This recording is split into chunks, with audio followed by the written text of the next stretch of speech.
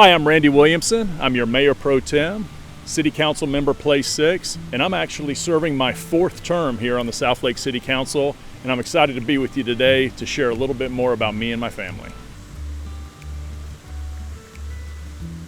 Well, like many people who end up calling Southlake home, it's about family. It's about where am I going to raise my kids? Where do I want to call home?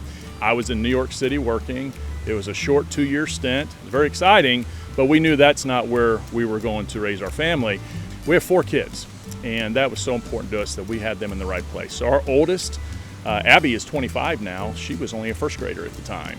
Our twins are 22, Ben and Grace, and they were 4 years old. And then our youngest was Jake. He just turned 20 on July 23rd, but he was not even 2 years old when we came to Southlake. My wife wanted to make a visit to a school, and we happened to drive down North Carroll and saw Johnson Elementary School on the right. And she said, I just want to go in here and meet with some people and talk to them. And she called me up and she said, I don't care what we do, we have to buy a house that lets our kids go to Johnson Elementary. So when we hear people talk about the school system here in Southlake and why that's so important, we're a living testimony about that.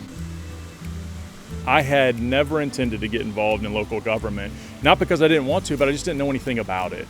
So one afternoon, there was a knock at our side door, and it was my neighbor. And so she came in and she said, hey, Randy, I want to ask you a question. I've been approached by someone in the city with regards to a board that the city has called SPIN, Southlake Program for the Involvement of Neighborhoods. And I was like, I have no idea what that is. But she went on to describe it to me, introduced me to the gentleman who was in charge of it at the time, and I said, sure, I'm happy to step in and do that.